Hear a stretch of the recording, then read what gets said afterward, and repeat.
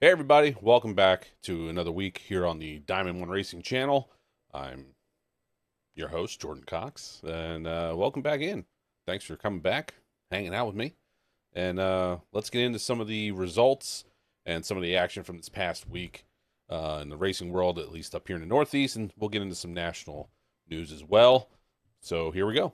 Starting off with our Northeast Modifieds and the results from this past weekend. We'll get into some of the results of the bigger races that we had that kind of opened up the start of the season here. We had Big Diamond opening up the weekend on Friday with Mike Lazowski picking up the win over Jared Umbenhauer and Loudon Reimert over a couple of the racetracks such as Grandview. They ran the Bruce Rogers Memorial Moneymaker to start off their season at the Pennsylvania racetrack. Loudon Reimert coming away with the win over there at Grandview to start off the season, followed by Jeff Strunk and Eddie Strada.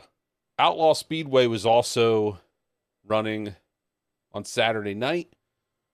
Alex Payne picking up the win over Matt Shepard and Matt Williamson up at Outlaw Speedway. Up next for the Northeast 358s, the small blocks, and the big blocks up here in the Northeast. Where to watch, you have Big Diamond with the Money in the Mountains race kicking us off Friday. And then you have the Dirt Car 358 series at Can-Am also on Friday night.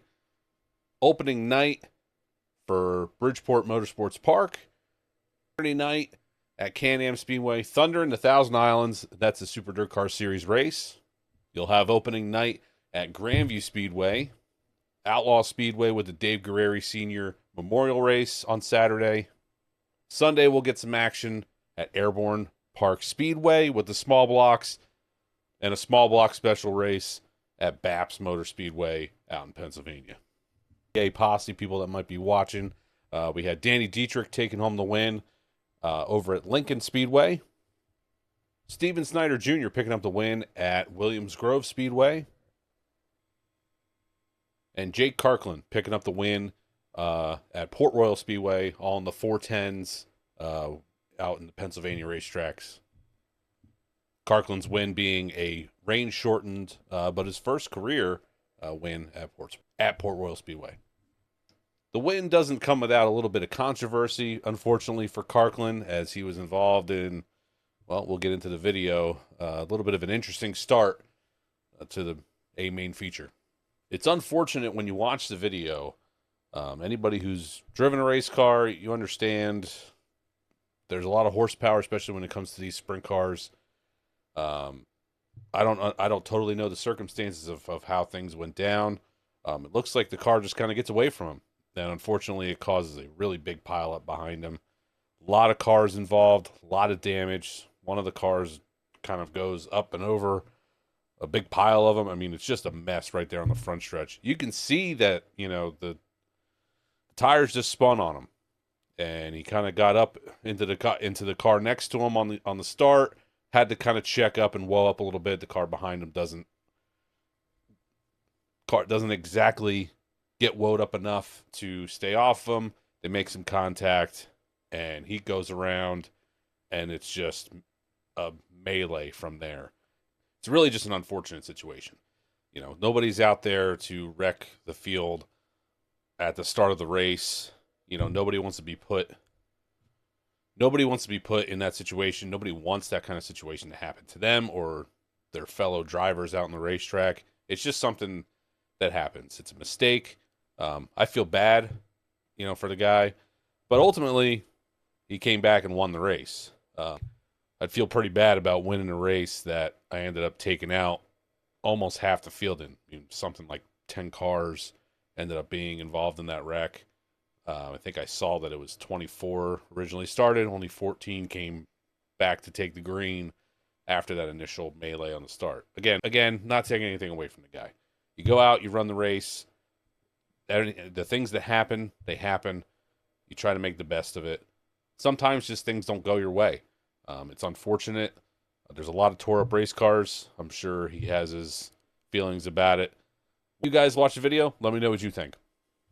The situation in sprint car news, we got to talk about Anthony Macri. His wreck at Williams Grove was one that, if you watch here in the video, isn't one that really draws a lot of attention. It is, a rollover. It is a flip. Unfortunately, you can tell that it probably knocks the car out and knocks Anthony out of the race, but you wouldn't think much of it. Coming from a race car driver, I wouldn't have thought too much of it. Yeah, it's an unfortunate wreck and rollover. Anthony was leading the race, I believe, at the time. So it really does kind of stink in that situation, but I wouldn't have thought anything else of it. Here we see afterwards that Anthony actually had to be helped out of the car. Anthony was actually injured in the wreck and is now sidelined following the crash and was diagnosed with compression fractures of the T4 and T5. Unfortunately, he's out with no timetable of when he'll return. You got to take care of yourself in those kind of situations. I mean, these sprint car guys are badasses. They have to get themselves healed up. So it really just is a bad situation. But you wouldn't watch that video and think, man, this guy really must have tore his back up. But the amount of shock that goes through the body when these cars hit and land, it's absolutely incredible. And just unfortunately, it all went straight into Anthony's back. Tore some stuff up. I'm wishing Anthony a speedy recovery. Hopefully he can get back into a race car as soon as possible. You guys check out, but just an unfortunate situation. And again, hopefully see Anthony back at the racetrack soon. On to a little bit of national type news. One of the stars of the Rams race for the seat gets his opportunity to get into a truck a little bit sooner. Carson Ferguson getting the call up to hop into a Colleague racing truck in this upcoming weekend at Bristol Motor Speedway. So congrats to Carson Ferguson. I know a guy on his late model crew. Shout out to Kyle Tompkins. So rooting for one of our late model guys, one of our dirt late model guys. Rooting for him. Great opportunity to get up there into the truck series. He'll be running in the 14 Ram truck this weekend at Bristol. So really cool to see, I don't want to say lower level guys, but, somebody from these late model, the dirt late model series that that are still a traveling series and still take a lot of talent to be in.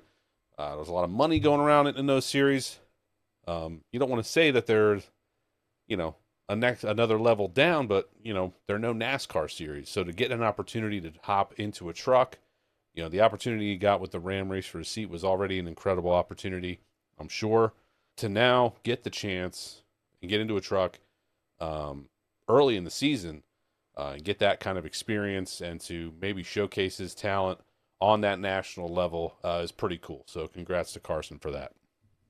And now I suppose the big rant that I have for this week, or the big talk I have from this past weekend.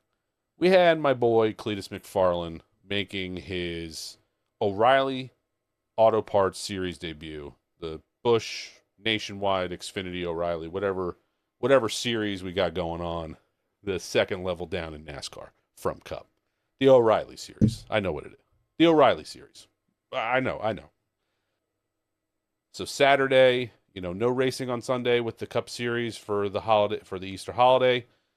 The focus shifted to Friday and Saturday. Friday with the Truck Series, Saturday with the ARCA Menard Series and the O'Reilly Auto Parts Series. The focus being Saturday, from what I saw when it came to social media. I mean, I know my algorithm is just full of Cletus stuff because I'm a fan. I've watched his YouTube channel for years now. You'll probably see me in some shirts at some point. Have plenty of them, but obviously a lot of his focus has been with the ARCA Menard Series. He got this crazy opportunity to run a truck at Daytona. Who wouldn't turn it down? Made headlines because he wrecked out only a couple laps into the race, making a mistake that many drivers have made in the past. People got on him because of that. People got on the approval process because of it. It's all BS. It's all BS. I mean, listen, as far as I'm concerned, NASCAR guys, get off your high horse a little bit. I mean, listen, they're top tier. They're the top level of competition. When people think NASCAR, that's the top of that's the top. It's the top of the mountain. We understand that. I mean, at least I understand that. But everyone's just kind of picking on this guy for just wanting to get in and make the races, be in competition. He's a competitive guy. He's an automotive guy. He's a motorsport guy.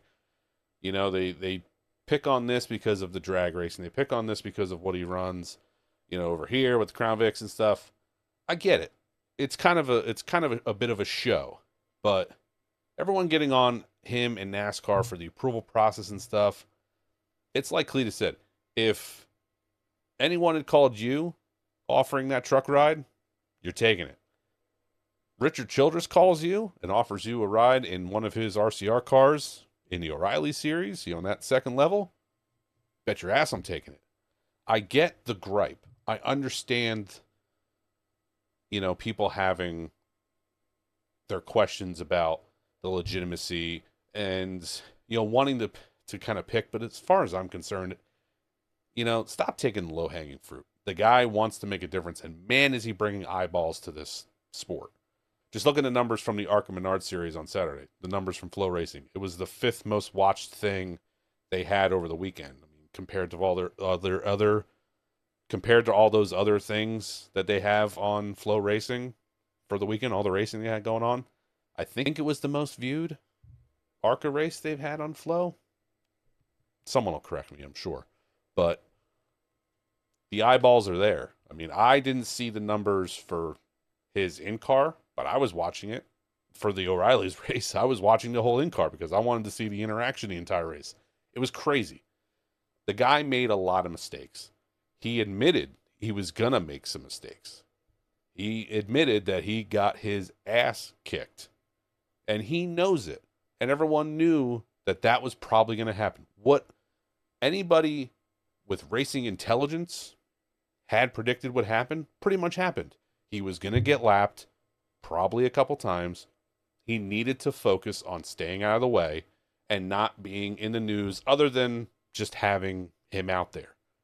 And he accomplished that. He did that. He stayed out of the news other than he half spun 2 or 3 times, brought a caution out once, didn't really affect the race. I mean, you could say, well, he brought the caution out one time. Okay, well, you know, other cars bring out the cautions too. It is what it is. Listen, I get, you know, people questioning it. 100% understand. I did question it to myself, and I'm a fan of his. But man, is the guy just he so appreciative, so happy to be doing what he's doing, and the guy can wheel with a little bit of time behind the wheel. He went to Port City and bought himself a late model. He's going to be running some late model races. He's going to keep running ARCA races. He's going to keep running the simulator and working. He's going to keep doing the work. You know, that was clear as day in his videos. He's like, I'm doing the work and I'm going to keep going. So as far as I'm concerned, that's all I need to hear. On top of the fact that he showed with some results. I mean, he ran awesome in the ARCA race. He finished 4th. He was with the main group of fast cars the entire time. He was, if none of the guys up front had any problems, he was top 6, and he was right there with the top 5 cars the entire time. He got up there, got racy with some of the guys that finished 2nd and 3rd. He showed he can compete once he's comfortable in the car, which he acknowledged takes time, takes practice, which he will do. Just would like, you know, it's not hate. Hate's not the word, but the constant, you know, questioning of does he or does he not belong, and the whole NASCAR approval process thing. Like, stop questioning it. You know, this was never an issue before.